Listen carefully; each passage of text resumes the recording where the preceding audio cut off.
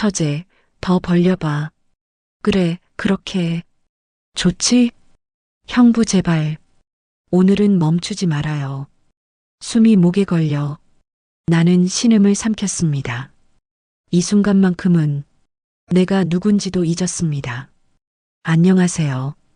저는 53, 이은진입니다. 남편을 떠나보내고 나는 언니의 전 남편과 누구에게도 말 못할 밤을 함께 했습니다. 죄라고 해도 좋습니다. 그 순간만큼은 살아있고 싶었습니다. 이 이야기가 궁금하다면 좋아요와 구독, 알림 설정 꼭 해주세요. 생각은 댓글로 알려주세요. 이 밤은 사실 남편의 장례식장에서 이미 시작됐던 것 같습니다. 작년 겨울 남편 도지는 교통사고로 갑자기 떠났습니다. 결혼 25년 한 번도 혼자였던 적 없는 내게 사별은 죽음보다 차가웠습니다. 장례식장엔 사람들이 가득했지만 내 귀엔 아무 소리도 들리지 않았습니다. 그 틈에 서 있던 한 남자만이 유독 눈에 들어왔습니다. 언니의 전 남편 태석. 언니와 이혼한 지 7년, 가족 자리에 나와도 말없이 앉아있던 사람. 그가 구석에서 내게 시선을 주고 있었습니다. 눈길이 마주치자 그는 다가와 내 옆에 섰습니다. 처제, 밥은 좀 먹었어? 나는 대답 대신 고개만 끄덕였습니다. 장례가 끝나고 사람들이 떠난 밤 영정사진 앞에 혼자 주저앉아 있던 내 옆으로 그가 조용히 다가왔습니다. 처제, 혼자 있지 마. 사람은 혼자 못 버텨. 그 말이 이상하게 마음을 파고들었습니다. 빈집에 돌아오자 남편의 코트는 여전히 소파에 걸려 있었고 식탁 위엔 마시다 남긴 커피잔이 그대로였습니다. 며칠이 지나도 그 향기는 사라지지 않았고 나는 그걸 치울 힘조차 없었습니다. 몇 주 후 초인종 소리가 낯설게 울렸습니다. 문을 열자 태석이 과일 봉지를 들고 서 있었습니다. 처제, 뭐라도 먹어야지. 그날부터 그는 자주 내 집에 왔습니다. 남편의 옷장을 함께 열어 옷을 개다 나는 울음을 터뜨렸습니다. 그는 묵묵히 내 옆에 앉아 있었습니다. 처제, 사람 마음 혼자 있으면 굳어버려. 그 한마디가 내 속을 스며들었습니다. 낮엔 남편의 향기와 살고 밤엔 그가 사온 맥주 한 잔의 의지에 숨을 돌렸습니다. 전화벨이 울릴 때마다 괜히 심장이 뛰었습니다. 어느 밤 작은 술집에서 그와 마주 앉았습니다. 처제, 요즘 좀 어때? 맥주잔을 부딪히며 나는 작게 웃었습니다. 글쎄요, 잘 모르겠어요. 내가 웃으니 그도 따라 웃었습니다. 처제 웃으니까 좋다. 짧은 말이었지만 심장이 쿵 내려앉았습니다. 술기운에 달아오른 내 얼굴은 마치 누군가를 기다리듯 뜨거워졌습니다. 집으로 돌아가는 골목길, 그가 내 손을 잡았습니다. 밤 공기는 차가웠지만 그 손은 따뜻했습니다. 형부, 무심코 입에서 그 말이 나왔습니다. 그는 내 손을 조금 더 꼭 쥐었습니다. 처제는 처제지. 나한텐 언제나. 그 말에 심장이 더 빨리 뛰었습니다. 집 앞에 다다랐을 때 그가 나를 바라봤습니다. 처제, 들어가서 라면이라도 끓여 먹자. 나는 대답 대신 작게 고개를 끄덕였습니다. 현관문을 열고 들어오자 낯익은 공기가 가슴을 짓눌렀습니다. 그는 아무 말 없이 부엌으로 가 라면을 꺼냈습니다. 처제, 앉아 있어. 내가 끓여줄게. 나는 식탁에 앉아 라면 끓는 냄새를 가만히 맡았습니다. 모락모락 올라오는 김이 이상하게 따뜻했습니다. 처제, 국물 맛 좀 봐. 그가 숟가락을 내 앞으로 내밀었습니다. 뜨거운 국물이 식어버린 속을 조금 데워주었습니다. 그날 밤 라면 국물보다 더 뜨거웠던 것은 그의 손이었습니다. 소파에 나란히 앉아 TV 소리를 듣는 척 했지만 서로의 숨소리만 방 안에 맴돌았습니다. 웃긴 장면이 나오자 그의 손가락이 내 손등을 스쳤습니다. 처제, 낮게 부르는 소리에 심장이 미친 듯 뛰었습니다. 그의 손이 내 허벅지 위로 천천히 올라왔습니다. 숨이 막혔습니다. 처제, 더 가까이 와봐. 나는 그의 손을 잡았습니다. 숨이 가빠졌습니다. 형부, 오늘은 멈추지 말아요. 금지된 위로 죄라도 좋았습니다. 그 밤만큼은 나는 살아 있었습니다. 아침에 눈을 떴을 때 내 옆에 그 사람이 없었습니다. 형부와의 밤이 꿈인지 현실인지 헷갈릴 정도였습니다. 소파 옆 테이블 위엔 그가 마시다 남긴 캔맥주 하나만 덩그러니 놓여 있었습니다. 내가 무슨 짓을 한 거지? 숨죽여 혼잣말을 하고 나서야 몸에 남아있는 그의 손길을 느꼈습니다. 나는 그 순간 다시 숨이 막혔습니다. 형부는 아무 말 없이 집을 나갔습니다. 연락도 없었습니다. 그가 떠난 거실에서 나는 홀로 커피를 마시며 어젯밤을 떠올렸습니다. 금지된 위로가 이렇게 달콤할 줄은 몰랐습니다. 며칠 동안 형부는 연락하지 않았습니다. 나도 먼저 전화를 할 수 없었습니다. 죄책감과 그리움이 엉켜 있었습니다. 며칠 후 그가 다시 초인종을 눌렀습니다. 문을 열자 형부는 무심한 얼굴로 내 눈을 피했습니다. 처제, 밥은 먹었어? 나는 대답 대신 그를 들였습니다. 어색한 공기가 거실을 채웠습니다.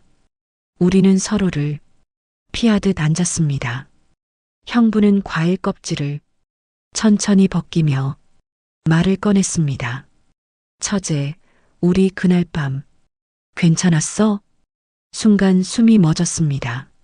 뭐라고 대답해야 할지 모르겠습니다. 나는 고개를 숙였습니다. 처제, 나 후회 안 해. 그 한마디가 심장을 쳤습니다. 죄라는 걸 알면서도 다시 그 밤이 생각났습니다. 형부 나도요.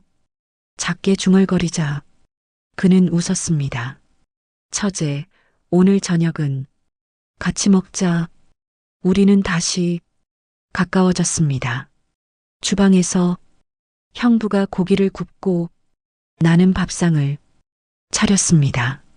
서로에게 가족인 듯, 가족이 아닌 듯 묘한 공기가 밥상 위에 흘렀습니다. 처제, 이렇게 같이 있으니까 괜찮지? 나는 고개를 끄덕였습니다. 식탁에 앉아 그의 접시에 반찬을 덜어주면서 문득 남편이 떠올랐습니다.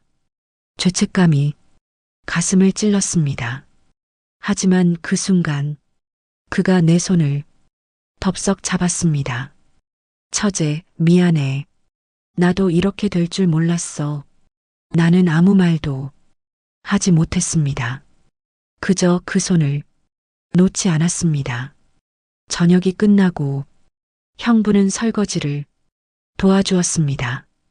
주방에 함께 서서 그의 팔과 내 팔이 스쳤습니다. 닿을 때마다 심장이 쿵 내려앉았습니다. 형부는 내 머리카락에 물방울이 묻었다며 손끝으로 닦아주었습니다. 그 순간 숨이 멎었습니다. 또다시 내 몸이 그의 체온을 기억해버렸습니다. 우리는 아무 말 없이 거실로 향했습니다. TV는 켜놨지만 서로의 얼굴만 보고 있었습니다. 처제의 나 너무 보고 싶었어. 그의 목소리가 낮고 무겁게 가슴을 때렸습니다. 형부, 그 말만 하고 나는 숨이 막혔습니다. 그는 조용히 내 손을 끌어 소파에 앉혔습니다. 조명이 희미한 거실, 서로의 숨결이 점점 가까워졌습니다. 처제, 후회하지 마. 그의 숨소리가 귓가를 때렸습니다. 나는 눈을 감았습니다. 다시 그의 입술이 내 목선을 훑었습니다. 숨이 막히는 동시에 살아있다는 걸 느꼈습니다. 그날 밤 우리는 말없이 서로를 파고들었습니다. 내 안에서 그가 더 깊이 들어올수록 슬픔은 사라지고 살아있는 실감이 피부를 찔렀습니다. 얼마나 시간이 흘렀는지 모르겠습니다. 형부의 품에서 나는 천천히 눈을 감았습니다. 그 밤이 지나면 끝날 줄 알았습니다. 하지만 아니었습니다. 나는 더 그를 원하게 됐습니다. 그 역시 나를 멈출 수 없었습니다. 우리의 외로움은 서로를 통해 점점 커졌습니다. 그날 이후 형부는 자주 내 집에 머물렀습니다. 낮에는 유품을 정리하고 밤에는 서로의 몸에 얼굴을 묻었습니다. 죄라는 생각은 점점 희미해졌습니다. 형부의 손이 내 머리칼을 쓰다듬을 때 나는 더 이상 외롭지 않았습니다. 하지만 이 평온이 언제까지 갈지 그땐 몰랐습니다. 조금씩 더 깊어지는 죄책감과 행복, 그리고 금지된 그 밤. 그 밤이 지나고도 형부는 매일 내 집에 왔습니다. 낮엔 유품을 정리해주고 밤이 되면 내 손을 잡아주었습니다. 혼자였으면 손도 대지 못했을 남편의 옷가지들을 이제야 하나씩 상자에 담을 수 있었습니다. 처제, 괜찮아? 옷장 속 낡은 셔츠를 꺼내다 눈물이 날 때면 형부는 늘 그렇게 물었습니다. 그의 손이 내 머리칼을 조용히 쓰다듬었습니다. 이 손길이 죄라는 걸 너무 잘 알았습니다. 그런데도 나는 형부의 손을 기다렸습니다. 밤이 되면 형부는 나를 안았습니다. 서로의 허전함을 숨소리로 덮었습니다. 처제, 나도 미안해. 그가 내 귓가에 낮게 속삭였습니다. 나는 대답 대신 그의 품에 얼굴을 묻었습니다. 시간이 지날수록 우리의 경계는 무너졌습니다. 언젠가부터 형부는 내 집에 옷까지 몇 벌을 두고 갔습니다. 라면 하나 끓여 먹던 부엌은 이젠 둘만의 식탁이 됐습니다. 어느 밤 형부는 무심히 내 손을 잡고 말했습니다. 처제, 나 다시 이렇게 웃을 줄 몰랐어. 나도 그랬습니다. 남편이 떠난 뒤 나는 더는 웃을 수 없을 거라 생각했습니다. 그런데 웃음이 돌아왔습니다. 그 웃음이 금지된 거라 해도 그 순간만은 좋았습니다. 하지만 세상은 우리만 남겨두지 않았습니다. 어느 날 형부가 돌아간 뒤 이웃 아주머니가 문을 두드렸습니다. 은진 씨, 요즘 누구 자주 오시네? 새로운 인연 생겼어? 순간 심장이 덜컹했습니다. 웃으며 넘겼지만 머릿속은 하얘졌습니다. 소문이 돌까봐 무서웠습니다. 며칠 뒤 언니에게 전화가 왔습니다. 오랜만에 들리는 언니 목소리가 왠지 낯설었습니다. 은진아, 요즘 어떻게 지내? 나는 아무렇지 않은 척 웃으며 대답했습니다. 그냥 정리하고 있어.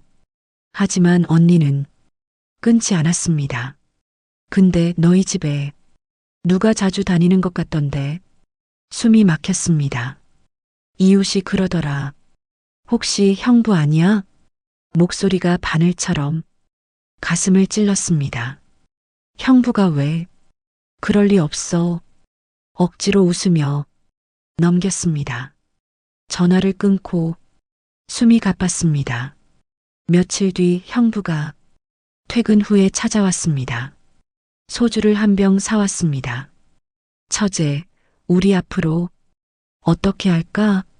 그 질문에 나는 대답할 수 없었습니다. 좋으면서도 무서웠습니다. 형부 언니가 눈치챘을까봐 무서워요. 형부는 내 손을 잡고 고개를 저었습니다. 처제, 아무도 모르게 할게. 그 말은 달콤했지만 현실은 달랐습니다. 소문은 생각보다 빨리 돌았습니다. 동네 슈퍼에 갔다가 낯선 시선을 느꼈습니다. 뒤에서 수군거리는 목소리가 들렸습니다. 저기 요즘 전 형부랑 같이 다닌다더라. 장바구니를 든 손이 떨렸습니다. 집에 돌아와 형부에게 전화를 걸었습니다. 형부, 이제 어떡해요? 형부는 잠시 숨을 고르고 말했습니다. 처제, 나 믿어. 내가 어떻게든 할게. 하지만 나도 그도 잘 알고 있었습니다. 언니 귀에 들어가는 건 시간 문제라는 걸. 며칠 뒤 결국 언니에게서 연락이 왔습니다. 은진아, 나 내일 너네 집에 갈게. 숨이 막혔습니다. 그날 밤 형부는 내 손을 꼭 잡았습니다. 처제, 무서워하지 마. 그 말이 더 무섭게 느껴졌습니다. 다음 날 언니가 문 앞에 서 있었습니다. 거실에 마주 앉아 나는 고개를 들지 못했습니다. 언니의 손이 내 손을 잡았습니다. 은진아, 무슨 일 있어? 내가 모르는 거 있지? 가슴속이 울컥했습니다. 그 순간 형부가 문을 열고 거실로 들어왔습니다. 언니의 눈이 형부를 향했습니다. 정적이 흘렀습니다. 나는 그때 이미 알았습니다. 우리의 비밀은 곧 터질 거라는 걸. 언니의 시선, 형부의 숨소리, 그리고 내 심장 소리까지 모두 부자연스러웠습니다. 나는 입술을 깨물며 눈을 질끈 감았습니다. 무너질지 모르는 이 순간이 너무 두려웠습니다. 그렇게 우리의 금지된 관계는 세상 밖으로 나오려 하고 있었습니다. 언니의 시선이 형부와 나 사이를 오갔습니다. 조용한 거실 공기가 숨이 막힐 만큼 무겁게 내려앉았습니다. 형부는 내 옆에 앉을까 말까 머뭇거렸습니다. 언니가 내 손을 잡았습니다. 은진아, 솔직히 말해봐. 요즘 뭐가 이상해? 나는 아무 대답도 할 수 없었습니다. 머릿속이 하얘졌습니다. 언니의 손이 점점 차갑게 식었습니다. 처제, 내가 설명할게. 형부가 조심스럽게 입을 열었습니다. 언니는 눈을 크게 뜨고 형부를 노려봤습니다. 형부, 지금 처제라고 불렀어? 순간 심장이 가슴을 뚫고 나올 것 같았습니다. 언니 미안해. 목소리가 너무 작게 나왔습니다. 언니의 눈동자가 흔들렸습니다. 설마 했는데 너네 정말이야? 형부는 고개를 떨군 채 아무 말도 못했습니다. 언니는 떨리는 손으로 물을 한 모금 마시더니 내게 등을 돌렸습니다. 은진아, 어떻게 내가 이럴 수 있어. 내 입에선 변명조차 나오지 않았습니다. 우리가 서로를 필요로 했던 순간이 언니에겐 그저 배신이었습니다. 언니는 잠시 눈을 감았다 뜨더니 형부를 향해 차갑게 말했습니다. 너 이혼하고 똑같은 인간일 줄 알았다. 형부는 무겁게 숨을 내쉬었습니다. 미영아, 미안하다. 처제가 아니, 은진이가 너무 힘들어 보여서 그 말이 오히려 언니의 화를 더 자극했습니다. 그래서 위로해줬어? 그렇게 침대에서 언니의 목소리가 거실에 쩌렁 울렸습니다. 나는 고개를 떨구고 눈물을 삼켰습니다. 언니 미안해. 정말 미안해. 언니는 내 쪽을 한 번 더 돌아봤습니다. 차가운 눈빛이 내 눈을 똑바로 꿰뚫었습니다. 너 나한테 어떤 동생이었는데 그 말에 내 심장이 서늘하게 식었습니다. 언니는 더 이상 내 말을 듣지 않았습니다. 형부를 향해 독하게 내뱉었습니다. 형부, 너 다시는 우리 가족 아닌 거 알아. 그리고 나에게는 마지막 말을 아프게 박았습니다. 너도 이제 내 동생 아니다. 문이 닫히는 소리가 온 집안에 메아리 쳤습니다. 나는 무너진 듯 주저앉았습니다. 형부는 내 곁에 앉아 등을 쓸어줬지만 그 손길마저 죄처럼 느껴졌습니다. 처제, 울지 마. 그 말이 이상하게 차갑게 들렸습니다. 언니의 말이 귓가에 맴돌았습니다. 내가 정말 언니에게서 동생이 아닐까? 아무것도 못하는 내가 너무 싫었습니다. 며칠 후 동네 슈퍼에 나갔을 때였습니다. 낯선 이웃들이 수군거렸습니다. 형부랑 붙어 다닌다더라. 미쳤다더라. 귓가를 찌르는 낮은 목소리에 숨이 막혔습니다. 장바구니를 들고 집에 돌아와 형부에게 전화를 걸었습니다. 형부, 다 들켰어요. 소문도 돌고 있어요. 형부는 한참 숨을 고르고 말했습니다. 처제, 나도 어떻게 해야 할지 모르겠다. 그 목소리에 괜히 서글픈 웃음이 나왔습니다. 우리는 처음엔 서로의 외로움을 안아줬습니다. 하지만 지금은 서로를 무너뜨리고 있는 것 같았습니다. 며칠 뒤 언니에게서 문자가 왔습니다. 엄마도 알게 됐어. 다들 널 어떻게 보겠니? 핸드폰을 들고 숨을 삼켰습니다. 나는 어디로도 도망갈 수 없었습니다. 형부는 더 자주 내 집에 왔습니다. 언니와 가족들을 피하듯이 내 거실에 앉아 내 손을 잡았습니다. 처제, 너 없으면 안 돼. 그 말이 예전처럼 따뜻하지 않았습니다. 형부의 손을 놓고 싶은데 내 마음은 또 그를 붙잡았습니다. 그 밤 우리는 아무 말 없이 서로의 몸을 또 파고들었습니다. 숨소리가 거실에 길게 번졌습니다. 내 안에 형부가 스며들 때마다 나는 죄를 먹었습니다. 죄책감과 살아있다는 감각이 뒤엉켜서 심장을 더 세게 때렸습니다. 끝이 보이지 않는 서로의 외로움, 언제부터였을까요? 이게 사랑인지 욕망인지조차 모르겠습니다. 나는 형부의 품에 안겨 있으면서도 언니 얼굴이 떠올랐습니다. 내가 뭘 잃었는지 너무 잘 알았습니다. 그런데도 멈출 수 없었습니다. 그날 밤 형부는 내 귀에 조용히 말했습니다. 처제, 우리 계속 이렇게 있을까? 숨이 막혔습니다. 나는 아무 대답도 할 수 없었습니다. 형부의 품은 여전히 따뜻했습니다. 그 안에 파묻힐 때마다 나는 살아있다고 착각했습니다. 하지만 이미 모든 것은 무너져 있었습니다. 언니는 나를 동생으로 부르지 않았고 엄마는 전화를 받아도 아무 말 없이 숨만 내쉬었습니다. 내가 한 선택은 나를 가족에게서 잘라냈습니다. 형부는 그런 날을 매일 찾아왔습니다. 처제, 나 너 없으면 못 살아.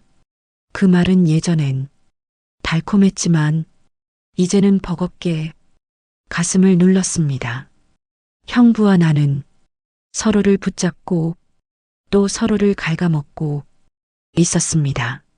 밤이 되면 우리는 여전히 서로의 몸을 파고들었습니다. 살아있다는 느낌을 잡기 위해 서로를 쥐어뜯었습니다. 숨소리가 멎을 때쯤 나는 늘 같은 생각을 했습니다. 이제 그만해야지. 이게 마지막이겠지.